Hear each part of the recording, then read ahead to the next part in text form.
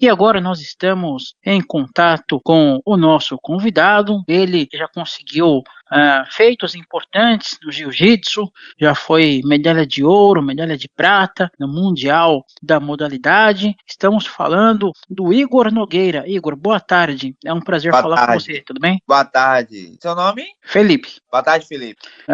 Igor, o que te levou a ir para o jiu-jitsu? O jiu-jitsu é um esporte ótimo pra mim. Eu comecei o jiu-jitsu no dia 23 de julho de 2013. Aí quando eu entrei na academia, eu tava com colesterol alto, eu pesava 84 quilos. Aí quando eu entrei na academia, aí o meu instrutor da academia apresentou o jiu-jitsu. E quando eu entrei no jiu-jitsu, eu não gostava de tocar as pessoas, não interagia bem com as pessoas e não conversava com as pessoas. Meu pai entrou no jiu-jitsu por causa de mim, pra ele me orientar como se deve tocar nas pessoas. Certo. E o autismo, você já soube desde a infância ou também foi mais tarde? Eu fui diagnosticado com uns 7 anos de idade. Minha mãe levou no médico, o psiquiatra falou que eu é autista. Eu também não consegui amarrar no próprio cadastro, no próprio sapato. E hoje, como é que você lida com a questão do autismo? Seguinte, consigo interagir com as pessoas, consigo lutar com as pessoas de igual para igual, converso com as pessoas, interajo bem com as pessoas. Existe algum campeonato só para pessoas autistas ou com outras deficiências ou geralmente tudo junto? Sim. Seguinte, ó, Felipe.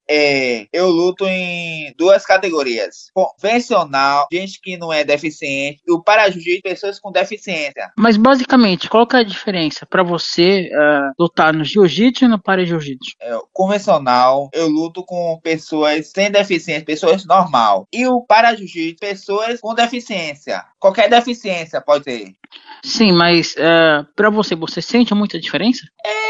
Não, tanto faz. E você conseguiu, né, se classificar para o campeonato mundial e conseguiu 2 medalhas, né, ouro e prata, em 2018. Foi, consegui. E como que foi esse? Que foi um mundial de pessoas sem deficiência? Como é que foi essa experiência?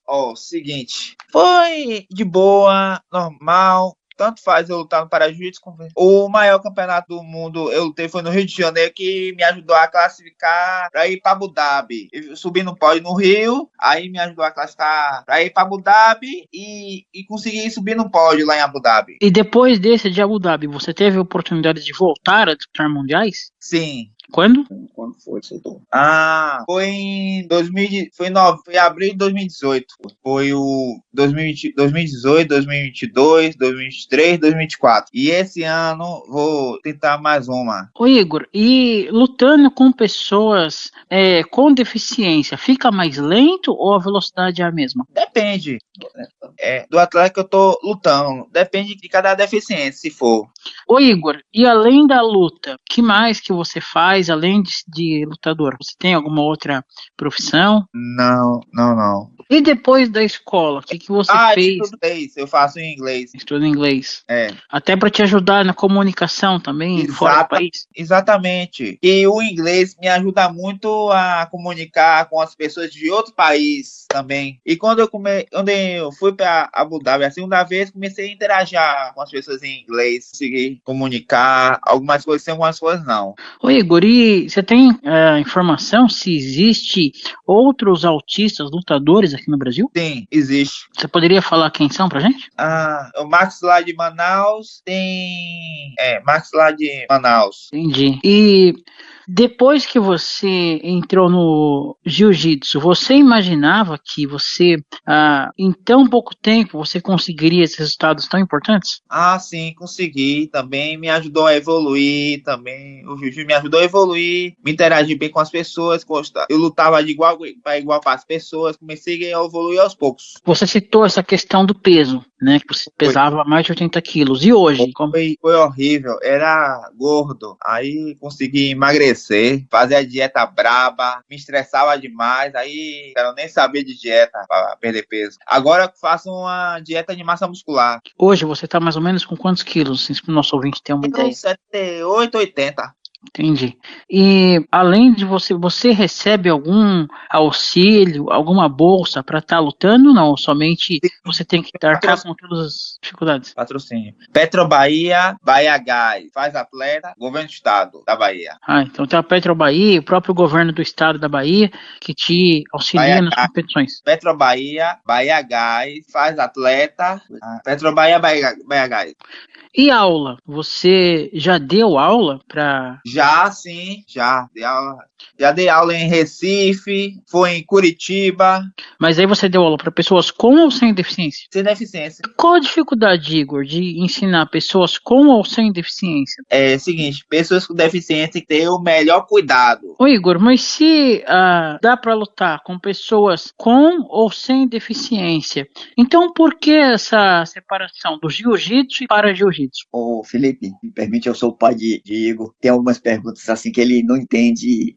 Algumas coisas sim, algumas coisas não. Sim, eu posso falar um pouco? Pode falar. É o seguinte, na verdade, quando ele vai lutar com pessoas com deficiência, existe uma regra um pouco diferenciada devido às limitações. Por exemplo, se ele pega uma pessoa assim que tenha uma lesão no tornozelo, considera uma lesão neurológica no tornozelo, aí o que acontece? Ele não vai poder pegar na perna que a pessoa tem a lesão, então tem que tomar esse cuidado. Aí se ele lutar com um amputado, assim, de de um membro do braço, então ele tem que tomar esse cuidado devido à regra diferencia um pouco. Quando ele vai lutar no convencional, aí não, aí ele solta mais, porque Igor, o problema dele, a questão dele é neurológica, é o autismo, né? Tem a questão cognitiva, mas ele consegue se movimentar tranquilamente, entendeu? E como ele tem o hiperfoco no jiu-jitsu, ele se desenvolve bem, por isso que hoje ele luta no convencional de igual para igual. O senhor Dilson, ele comentou no começo da entrevista a questão do toque.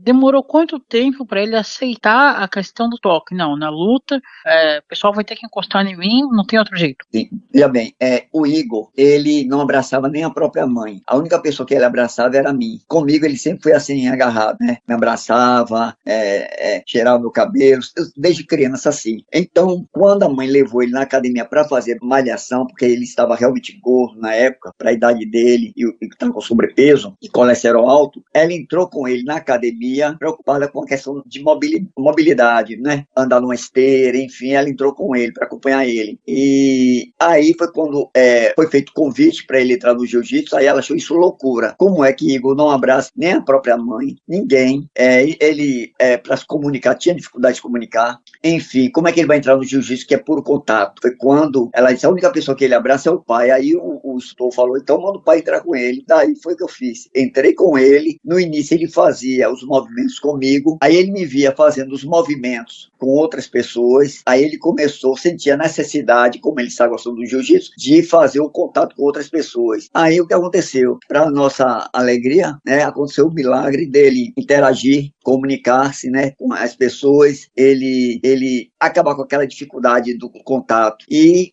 até para surpresa da mãe, ele olhar no olho a olho na mãe, que ele não olhava nos olhos dela, só olhava para mim. E ele assistiu um filme na televisão, coisa que ele não parava, ele se movimentava muito com as estereotipias. Então, realmente, foi em um ano aconteceu esse fato, né, dele melhorar na questão cognitiva, melhorar na fala, enfim, foi algo assim que me surpreendeu.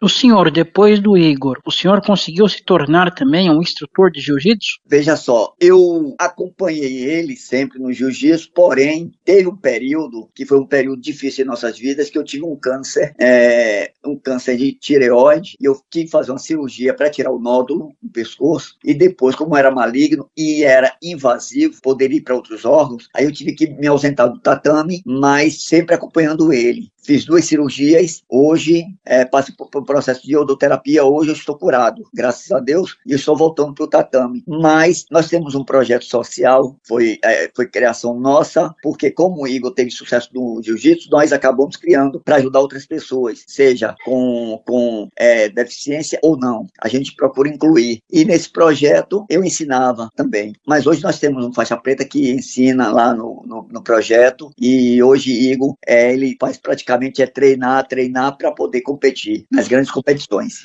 Fala um pouco então como é que chama esse projeto social, onde ele funciona. Pronto, é um projeto social que é aqui no bairro de Brotas, onde nós moramos. É um projeto que é anexo à equipe, né, o Fight Club, que é a equipe que faz parte, né? Então, hoje, esse projeto nós temos aproximadamente 50 jovens, crianças que vivem em área de risco, né? Alguns que viviam ligados às drogas, hoje em dia estão libertos, e a gente faz esse trabalho com o jiu-jitsu, ganhar essas vidas através do jiu-jitsu. Senhor Adilson, hoje a gente escuta falar muito mais na questão do autismo, muito mais pessoas tendo o seu diagnóstico. Depois que vocês tiveram essa questão do diagnóstico do Igor, vocês conseguiram também trabalhar de uma outra forma, até com outros autistas? Pronto, veja só. Quando nós recebemos o diagnóstico de Igor, já foi um pouco tardio, que há mais de 20 anos atrás, falar em autismo era complicado, né? Então, quando nós fomos num consultório que o neuropediatra nos falou que Igor era autista e que nós teríamos dificuldade, e ele deu o diagnóstico para a nossa felicidade, que a gente queria descobrir que aquilo tinha, porque ele não falava, e ele vivia muito com estereotipias, e é o que acontece. Quando ele nos deu o diagnóstico, foi ótimo, tudo bem. Só que ele veio com uma sentença, dizendo que Igor não ia ler nem escrever e teria dificuldade de amarrar o cadastro do próprio sapato. Isso para a gente foi muito amargo. Então, eu e minha esposa começamos a refletir e não aceitamos essa sentença, o diagnóstico sim, não a sentença. Foi quando ela realmente foi uma heroína, né? Ela pegou e trouxe, saiu, deixou a faculdade, eu fui trabalhar e ela se dedicou a Igor. Na alfabetização, colocamos na escola, mas na escola tinha dificuldade de aceitar Igor, tinha muita dificuldade, né? Então, até que nós conseguimos uma escola que o abraçou, mas ele já estava iniciando se alfabetizou tardiamente. E aí foi quando essa escola abraçou e realmente mudou a vida dele, né? Então, realmente, foi muito difícil e fomos trabalhando aos poucos, né? Eu acho que o núcleo familiar unido, né? Eu acho que isso impacta na vida da criança que é autista. Eu acho que a família unida, eu acho que sim, viu? Pode muito transformar essas vidas. E hoje, com as questões de tecnologia, as questões de informática, mesmo com esse atraso, ele conseguiu se desenvolver? Sim, ele conseguiu. É como eu disse, né? Ele teve um hiperfoco. Inclusive, antes, tinha uma coisa interessante, o Igor. Se você dissesse dia que você nasceu, em que dia você nasceu e em que ano, ele passava assim, uns 30 segundos, ele dizia exatamente o dia da semana que você nasceu. Entendeu? Ele tinha essa facilidade em algumas coisas. Mas, por exemplo, se eu perguntasse 5 mais 3, aí ele tinha que contar no dedo. Só se eu dissesse assim, 7 vezes 8, aí ele já respondia rápido. As coisas mais complexas ele respondia rápido, mas as coisas mais simples ele tinha dificuldade de entender, né? Hoje, devido ao bullying que ele sofreu muito na escola, as pessoas perguntam diz para ele, quando acontecer de perguntarem para você essas coisas, não responda. E aí foi quando, no esporte, como ele tinha essas curiosidades, por as capitais dos países, ele sabe de vários países, enfim, essas coisas curiosas assim, a memória é boa, mas para o aprendizado, ele tinha dificuldade, ele aprendia as coisas por ele mesmo, mas para o aprendizado técnico na sala de aula, ele tinha dificuldade, né? Então nós fomos adaptando algumas realidades para ele, enfim, mas o jiu-jitsu foi o divisor de águas, né? Para que ele pudesse abrir o leque para outras coisas. Hoje ele trabalha bem a questão da tecnologia, né? Do celular, enfim, ele procura, e a gente procura orientar também, né? Porque realmente a gente sabe que a internet também tem suas armadilhas, né? A gente procura orientar e a liberdade vigiada, a gente procura como família fazer isso com ele. Ô, senhor Adilson, essa questão do bullying, né? Vocês tiveram algum psicólogo, algo que trabalhasse, que ajudasse a trabalhar também isso com ele? Sim, na verdade o Igor ele passou por experiências amargas na escola.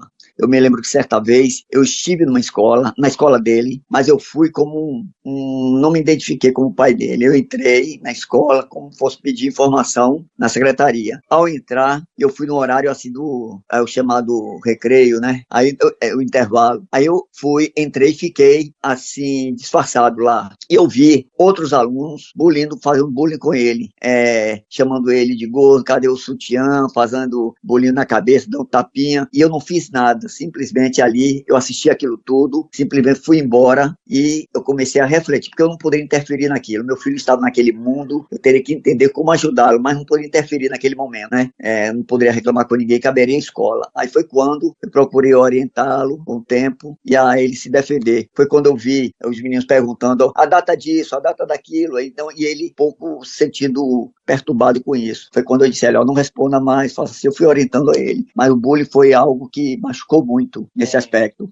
Ô, Felipe Diogo, deixa eu te falar. Sim, pode falar. Saber que bullying é crime. Que se fizer bullying aí, os pais vão pra delegacia, faz queixa. Negócio se tornou lei, né? É crime, isso. Então, foi isso, Felipe. Foi realmente, o bullying foi algo agressivo, foi algo que mexia com ele, e nós tivemos que procurar um psicólogo, sim. Hoje, Igor é acompanhado por um psicólogo desportivo, na área esportiva, né? Acompanha ele, passa algumas informações para ele e realmente tem ajudado muito também. Mas ele passou por fonoaudiólogo, passou por psicólogo, sim. Um psiquiatra que realmente foi na área do autismo também, foi que deu o diagnóstico dele completo, né? Porque aí, naquela época, foi uma coisa. Hoje, ele tem todo um relatório, né? Completo sobre o autismo, com as suas comorbidades, enfim.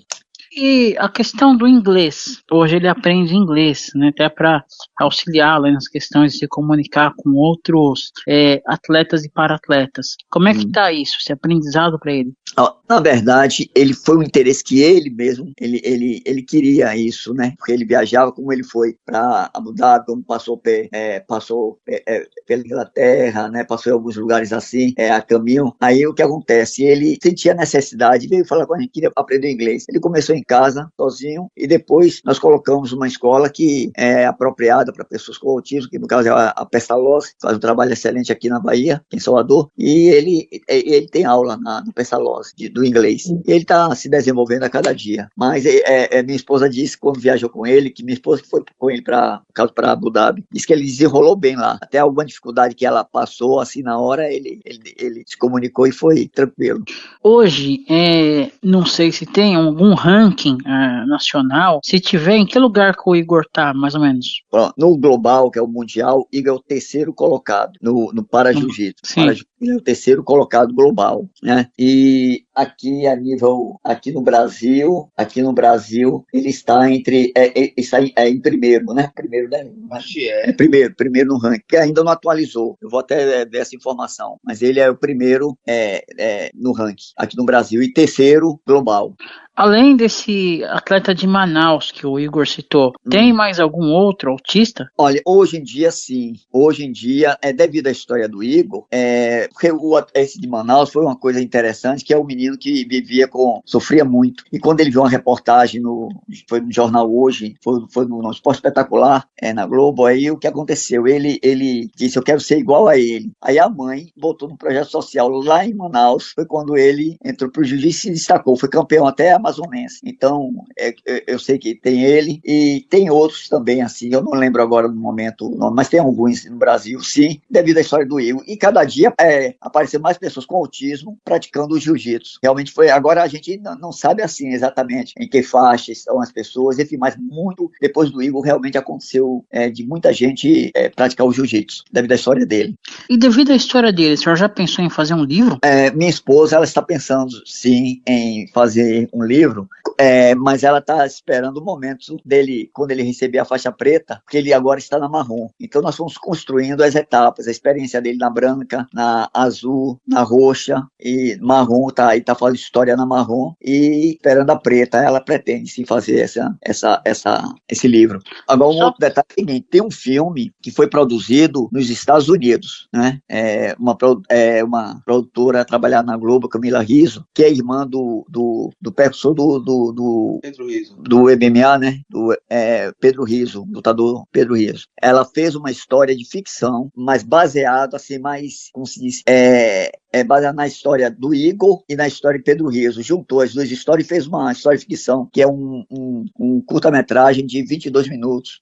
Ganhou, se não me engano, 12 festivais em vários países e está à disposição até no Instagram do Igor. Tem lá o YouTube, aí lá você vai lá, clica em cima, já é o filme. Aí você pode até assistir, eu recomendo que as pessoas assistam, porque realmente passa um pouco da história do Igor, daquela história de ficção, né? Foi inspirado na vida do Igor e de Pedro Rizzo, isso sim. Parabéns aí para Camila por ter realizado esse filme, né, juntando as duas histórias. Para os nossos ouvintes terem uma ideia melhor e maior, quanto tempo a pessoa fica em cada faixa até passar para outra faixa? Qual os critérios? Sim. Isso é de pessoa para pessoa, né? Na verdade, no jiu-jitsu é o seguinte, a pessoa começa na branca e aí vai, em cada faixa vai tendo um grau. A cada momento vai crescendo, evoluindo, vai recebendo um grau. Na faixa coloca assim, tipo um marcador ou um esparadrapo, vai colocar 1 grau, 2 graus, 3, até 4 graus. Com o 4º grau, aí já muda de faixa, vai para azul. Da azul, a mesma coisa acontecendo. Na verdade, aproximadamente uns 2 anos em cada faixa, mas isso é muito relativo, né? O Igor mesmo, nós temos o quê? 13 anos de jiu-jitsu, não é isso? 12 anos. 12 anos. Vai fazer 12 anos. 12 anos. No dia 3 de julho. 23 de julho, nós fazemos 12 anos. O que acontece? Ele demorou um pouco no início, na branca, mas depois foi se desenvolvendo e, claro, demorou um pouco nas faixas, porque ele é competidor. Quando a pessoa é competidor, aí vai competindo, vai ficando mais na faixa para poder absorver mais conhecimento, né? Mas a média é de 2 anos. A cada 2 anos muda-se de faixa. É uma média. Isso é de atleta para atleta, né? De aluno para aluno, a depender. Eu mesmo, hoje eu estou na faixa azul 4 graus. Foi porque eu me atrasei porque eu tive um problema de saúde, né? Mas aí eu parei. Mas eu pretendo retornar. Ô, seu Adilson, e no caso do para-jiu-jitsu, pode acontecer, por exemplo, do Igor lutar com uma moça ou é separado? Homem com homem, mulher com mulher? Como funciona? Não, normalmente é homem com homem. Tem, no caso de lutas masculinas, lutas femininas. É separado, não pode misturar, porque tem a questão da força, né? Tem isso também, né? Então, é como nos esportes, né? Não pode ter uma disputa entre mulher e homem, assim não pode. E no caso do Igor, ele tá na faixa marrom. Ele já está próximo de uma alteração da faixa ou ele foi para marrom agora? Ele foi para marrom quando, Igor? 16 de dezembro. Foi no dia 16 de dezembro que ele recebeu a faixa marrom. Então, não, vai durar um pouquinho. Aí, como se diz, o mestre vê grandes qualidades nele, mas não quer se queimar as etapas, né? Prefere deixar ele competindo na marrom agora e daqui mais um pouco de tempo. O próprio Igor tem consciência disso, né? Ele não quer, assim, se você falasse em faixa, agora não, ele prefere se concentrar. Eu competir mais na marrom, competir mais aí, para depois pensar nisso. Depois ir pra preta. 2 anos eu acho pouco, aí eu não tô pensando nisso não, aí ele demora mesmo para poder... Igor é muito disciplinado, entendeu, Felipe? Ele procura não queimar as etapas, ele quer focar muito nesse momento agora de viver as experiências na faixa marrom. Mas, como se diz, a nível de conhecimento hoje, ele realmente tem um bom conhecimento. Eu posso dizer assim, entendeu? Como um pai que acompanha o filho atleta, eu tenho visto isso. Seu Adilson, ele comentou dos vários patrocinadores que ele tem aí na Bahia, né?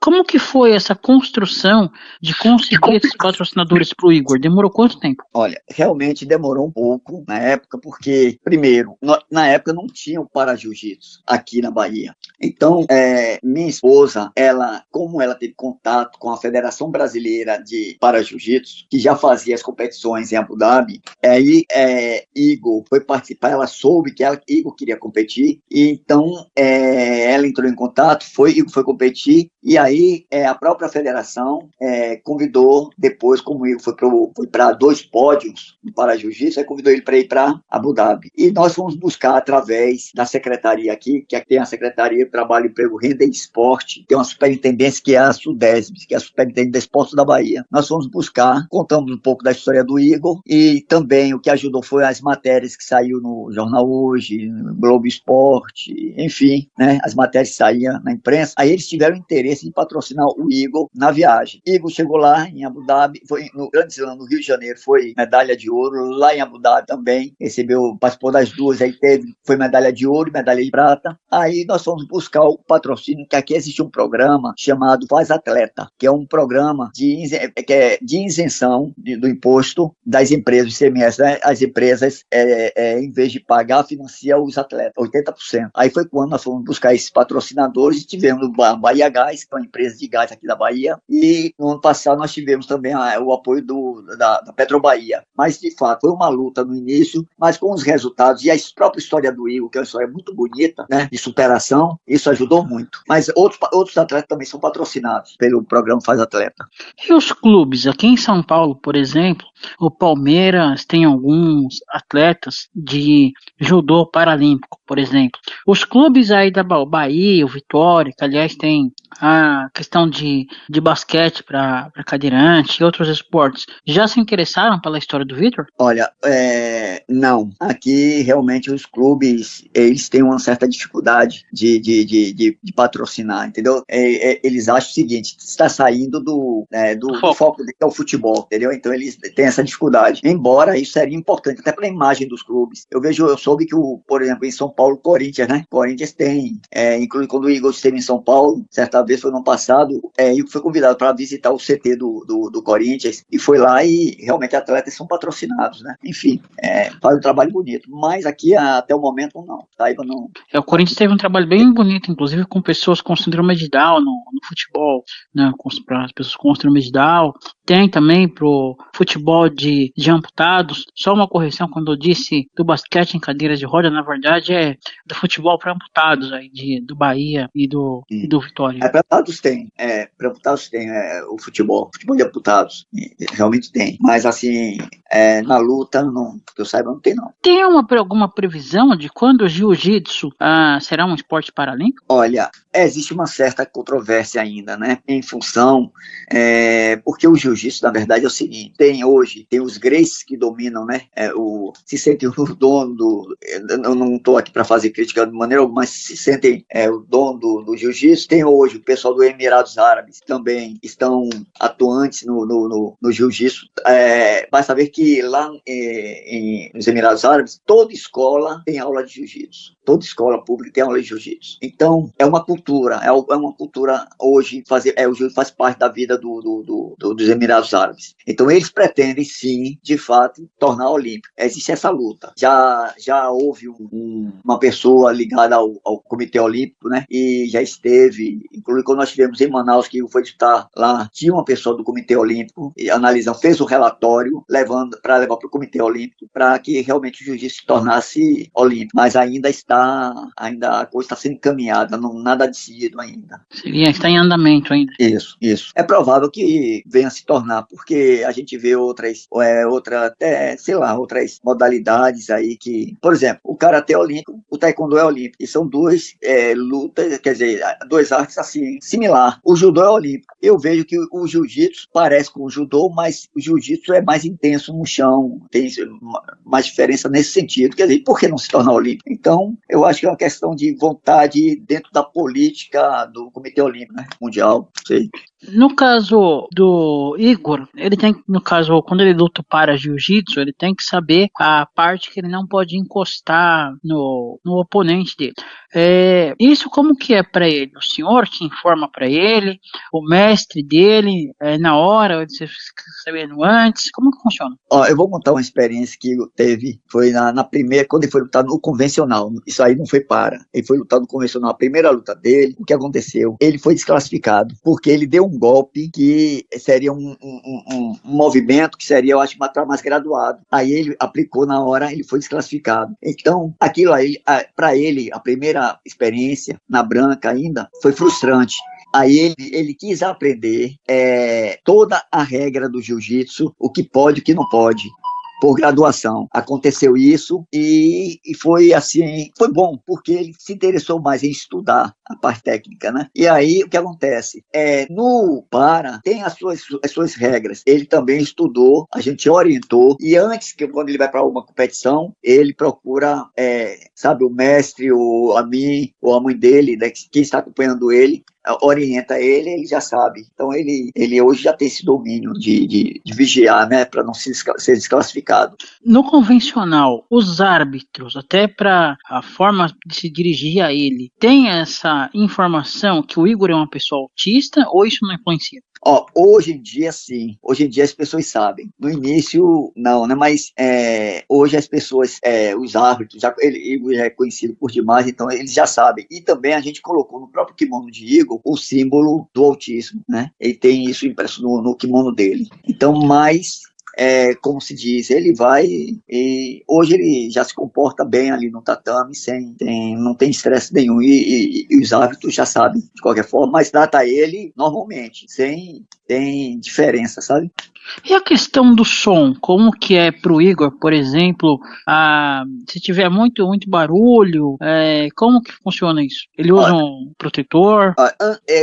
Muito tempo atrás ele tinha esse problema com barulho, né? Mas até com o próprio jiu-jitsu foi mudando isso. Claro que tem, por exemplo, algumas horas que incomodam até a gente mesmo, né? Que não tem autismo, mas ele supera bem isso, não tem problema de zoada não. Também nas competições, a torcida gritando, aquela coisa toda, né? Ele acaba se acostumando, mas hoje faz parte da vida dele, não tem problema nenhum não. E a torcida dele, vocês conseguiram já em alguma vez a torcida gritar para ele? Já conseguiram montar uma torcida? Como que isso funciona? Olha, não digo montar, mas por exemplo, teve uma competição que ele foi em São Paulo, foi até em São Paulo mesmo, e também em Manaus. Como sabe que ele vai estar lá, as pessoas vão até para assistir, mas não que a gente montou, não, foi de uma forma natural, né? A gente comunica nas redes sociais que ele vai estar em tal competição, em determinada competição. Aí o que aconteceu? Simplesmente as pessoas começaram, em São Paulo, começaram a gritar, sabia que ele era Igor, atleta autista, e começaram a gritar o nome dele, né? Assim, torcendo por ele. Foi um processo muito natural. Aconteceu isso, sim. Entendi. O senhor comentou de ter colocado no kimono dele, né, impresso, o símbolo do autismo. Como é que está hoje aí na Bahia essa questão do desenvolvimento do autismo nas diversas áreas? Hoje, devido à informação, inclusive minha esposa, ela é militante da causa, da conscientização, e ela também faz parte da diretoria do paradesporto, do jiu-jitsu paradesportivo. Ela faz parte aqui da Federação Baiana de Jiu-Jitsu MMA. Ela faz parte da diretoria. E hoje ela é uma pessoa que ela faz palestras, ela é uma pessoa conhecedora da causa. Então hoje ela faz um trabalho de conscientização não só aqui em Salvador, mas em todo o estado. E também fora. Recentemente nós tivemos, foi agora no mês de março, nós tivemos em Maceió, foi um evento Salto Azul. O estado todo lá na capital de Maceió, estava todo mundo lá envolvido com esse trabalho de conscientização. Então realmente tem crescido a conscientização do autismo, né? Não só aqui, mas eu acho que a nível Brasil. Realmente tem superado as nossas expectativas. Seu Adilson, às vezes acontece de ter mais de um integrante autista na família. No caso de vocês já conseguiram ver se isso ocorreu também ou o caso do Igor é um caso isolado? Não, ocorreu sim. Igor, na verdade, que a gente saiba, foi a primeira pessoa, porém, eu tenho um irmão, ele não tem um diagnóstico, mas desde criança, hoje ele é auditor fiscal, sai Sergipe, mas ele é uma pessoa assim que a gente sabe que ele é autista, não tem um diagnóstico, ele não quis, a gente percebe isso. Então meu irmão, ele inclusive tem 66 anos, né?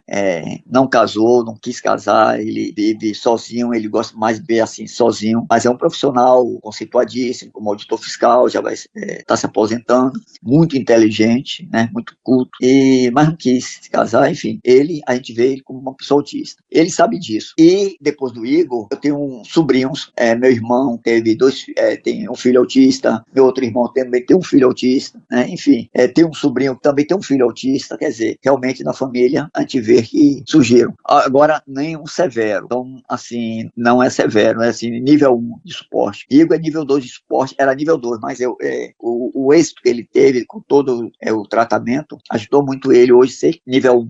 E com essas outras pessoas que surgiram na família, depois do Igor, vocês estão conseguindo orientar, no caso, seu irmão, os outros integrantes da família, a como dar uma condição melhor para essas pessoas? Isso, devido também à informação hoje, né? Que hoje, naquela época, não tinha informação. Hoje não, hoje tem informação, hoje tem profissionais preparados, né, capacitados para orientar, enfim. Hoje realmente é outra realidade. E a gente passa, assim, ligam para a gente, não só da família, como outras e outras pessoas ligam para a gente. Normalmente, quando recebeu o diagnóstico de um filho, aí vem conversar conosco, a gente procura orientar da melhor forma possível. Isso acontece devido à visibilidade que a história do Igor teve. Então, hoje as pessoas procuram a gente, não só da família, mas outras famílias também. Algo que às vezes ocorre, né? Claro que isso não serve para todo autista, não sei se já foi indicado para o Igor, é o cão de suporte ou cão de assistência. Esse, em algum momento, já foi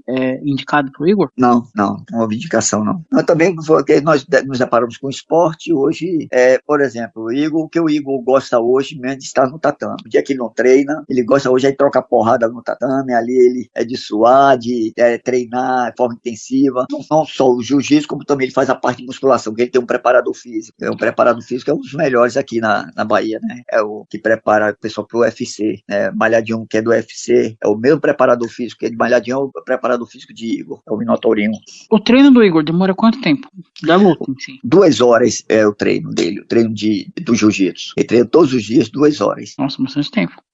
Exato. Além do hiperfoco dele no jiu-jitsu, hoje em dia, quais são os outros? Olha, é questão de capitais, né? Ele sabe as capitais dos países, ele gosta de mapa, sempre gostou de mapa, né? A quilometragem de uma cidade para outra, essas coisas assim, ele gosta, se identifica bem com isso. Mas basicamente isso. Mas ele muito voltado para o jiu-jitsu, aí sim. Nossa, já vi de capitais, já vi de línguas, agora de mapas é a primeira vez. Mapa também, ele gosta muito de mapa. Então, quando eu vou para um lugar, ele quer comprar o mapa daquela cidade. Ele quer conhecer um pouco, assim, da geografia da cidade. Interessante isso. Então o senhor deve ter vários mapas já de todos os lugares que o senhor já visitou. Eu evito comprar, né? Eu vejo assim, hoje com a tecnologia, eu uso o celular, ali você vai ver. O Google Maps. Exato. Eu ia fazer uma coleção de mapas em casa. E hoje, quais os próximos locais que o Igor vai conhecer, vai viajar nesse ano? Bem, agora, fale aí, Igor, para onde nós vamos agora? A competição? Em São Paulo, né? Isso. São Paulo. Vai ter uma competição em São Paulo, da CBJJE, é o sul-americano que ele vai disputar, agora no final do mês. E a nível, assim, de viagens, assim, longas ou só em São Paulo?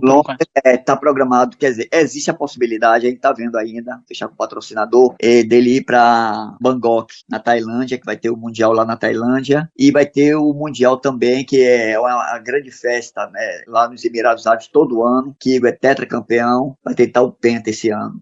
No ano passado ele lutou com um russo, foi uma luta muito dura, difícil, e ele estava perdendo a luta, mas faltando 16 segundos, ele mudou a realidade da luta, ele ganhou por 16 segundos, então ele vai tentar agora também o penta esse ano, em Abu Dhabi. Ô, senhor Adilson, existe alguma competição sul-americana aqui na América do Sul em relação a isso? Tem, sim, tem. Eles promovem, sim, a JP, que é...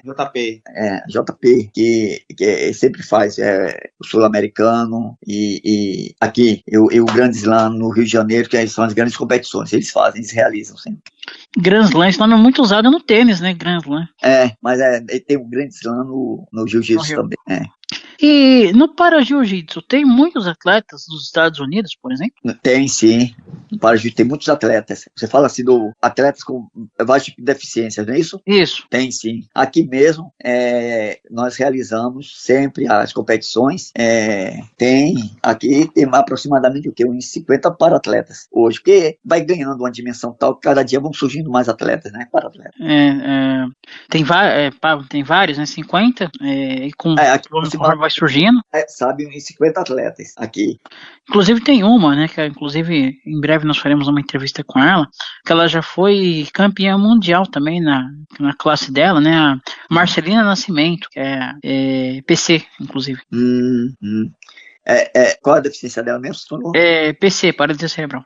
Sim. Tem as competidoras aqui, tem Sergipe também, que é próximo, tem a cada dia está surgindo mais para atletas. E como é que está a questão do incentivo? Cada vez está surgindo mais, mas essa questão do incentivo para esses atletas? É isso. Com o nível de conscientização das empresas, né, que a própria Federação de Jiu-Jitsu, Federação Baiana de Jiu-Jitsu e MMA, eles ajudam muito no sentido de dar um empurrão, né, para o atleta conseguir, de fato, os patrocínios, né? E aqui a própria SUDESB, o governo do estado, tem ajudado muito, né, os para-atletas. É um trabalho que está sendo, digamos assim, desenvolvido a cada dia. Eu acredito que em pouco tempo isso vai dar uma gama maior de outros atletas sendo patrocinados. Que hoje, Igor, como se diz, Igor veio e a história, até a própria militância da minha esposa com o Paradesporto, né, está realmente ajudando muito outras pessoas a participarem, a vir e ter isso. No caso, a Federação de Jiu-Jitsu e MMA, tem alguma semelhança nos dois tipos de luta ou não? Olha, não, MMA é uma outra modalidade, né, que engloba vários tipos de lutas, né, mas porque eles fazem aqui o trabalho não só com o jiu-jitsu, mas também com o MMA, eles patrocinam, eles realizam eventos do MMA também aqui. Entendi.